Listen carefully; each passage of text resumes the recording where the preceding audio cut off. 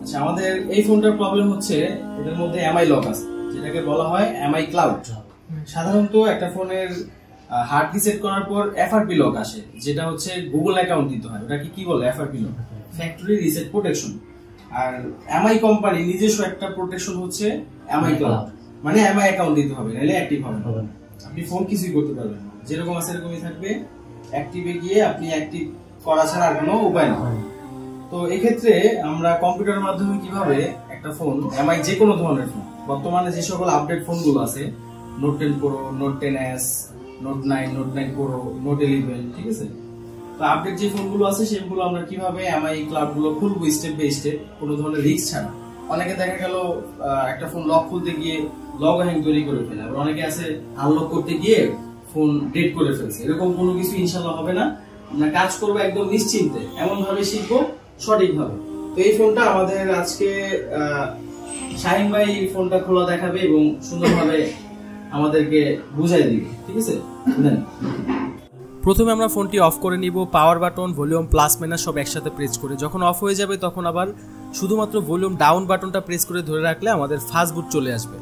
এবার আমরা ইউএসবি কেবলটি কম্পিউটারের সাথে কানেকশন দিব। তারপর আমাদের আনলক টুল চালু করতে হবে। তো আনলক টুল অলরেডি আমরা চালু করে রেখেছি।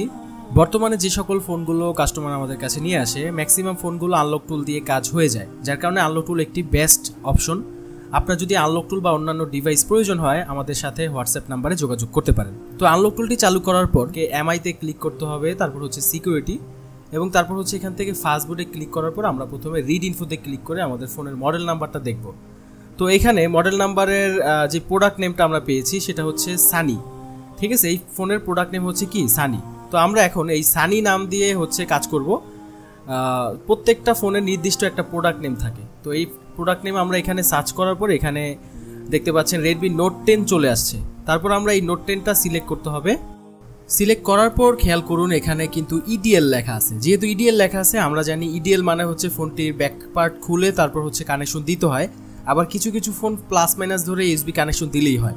তো এই ফোনটা ব্যাক পার্ট খুলতে হবে, তারপর হচ্ছে এখানে ইডিএল এ ক্লিক করতে হবে। তো এখানে দুইটা অপশন রয়েছে, একটা হচ্ছে reset disable MI cloud green colour, এই অপশনটা আপনারা আগে ক্লিক করবেন। যদি এই অপশনটাতে আমাদের ফোনটা আনলকিং পরিপূর্ণভাবে না হয়, ওয়াইফাই চালু করার পর আবারও যদি চলে আসে, সেক্ষেত্রে লাল কালার যে অপশনটা আছে সেটা আপনারা দ্বিতীয় স্টেপে কাজ করবেন। তবে কখনোই দুইটা একসাথে কাজ করবেন না, আগে একটা করে দেখবেন, গ্রিন কালারটা দিয়ে ট্রাই করে দেখবেন, না হলে তারপর হচ্ছে রেড কালারটা। তবে রেড কালারটা ইউজ করলে কিন্তু অনেক সময় ফোনটা লগ হ্যাঙ্গিং সমস্যা আসতে পারে, সেক্ষেত্রে ফোনটা আবারও ফ্লাশ করে নিতে হবে।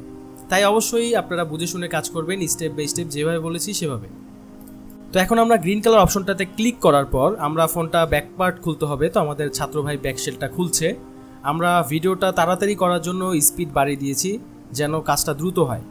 তো এখানে ব্যাকশেল খোলার পর তারপর আমাদের টেস্ট পয়েন্ট শর্ট করতে হবে। তো এখানে নেটে গিয়ে আমরা নোট 10 ইডিএল পয়েন্ট লিখে সার্চ করব, তারপর হচ্ছে ইমেজে ক্লিক করব। এখান থেকে আপনি দেখতে পাবেন যে এটার ইডিএল পয়েন্টটা কোন জায়গায় থাকে। তো আমরা দেখতে পাচ্ছি ইডিএল পয়েন্ট হচ্ছে এই মাঝখানে, টেস্ট পয়েন্ট টুইজার দিয়ে ধরে ইউএসবি কেবল লাগিয়ে দিলেই হবে। তো আমাদের ইউএসবি কানেকশন পেয়ে গেছে। এখন আমাদের ওইখানে ক্লিক করার পর কাজ অটোমেটিক্যালি চলছে। তো আমাদের এমআই ক্লাউডটা লক খোলার প্রসেসিংটা হচ্ছে, আমরা একটু ওয়েট করব লকটা যেন খুলে যায় সেই পর্যন্ত। তো আলহামদুলিল্লাহ আমাদের লক খুলে গেছে। আমরা ফোনটা অন করেছি, অন করার পরে সব কিছু দেখলাম আলহামদুলিল্লাহ ওকে আছে। তো এখানে সব কিছু নেক্সটে ক্লিক করে তারপর হচ্ছে আমাদের ফোনটা একদম যেই মেনুটা রয়েছে সেই মেনুতে চলে যেতে হবে। তো অবশ্যই আপনারা এমআই ক্লাউড খোলার পর এখানে আবার ওয়াইফাই চালু করে দেখবেন যে লকটা পুনরায় আবার চলে আসে কিনা। যদি দেখেন যে লক পুনরায় চলে আসে, তাহলে দ্বিতীয় নাম্বার যে অপশনটার কথা বলেছিলাম সেই অপশনটা দিয়ে ট্রাই করলে ইনশাল্লাহ হয়ে যাবে। তো এখানে সবকিছু কমপ্লিট হয়ে গেছে আলহামদুলিল্লাহ, আমাদের ফোনটা আনলকিং হয়ে গেছে। তো ভালো থাকবেন সবাই, আসসালামু আলাইকুম।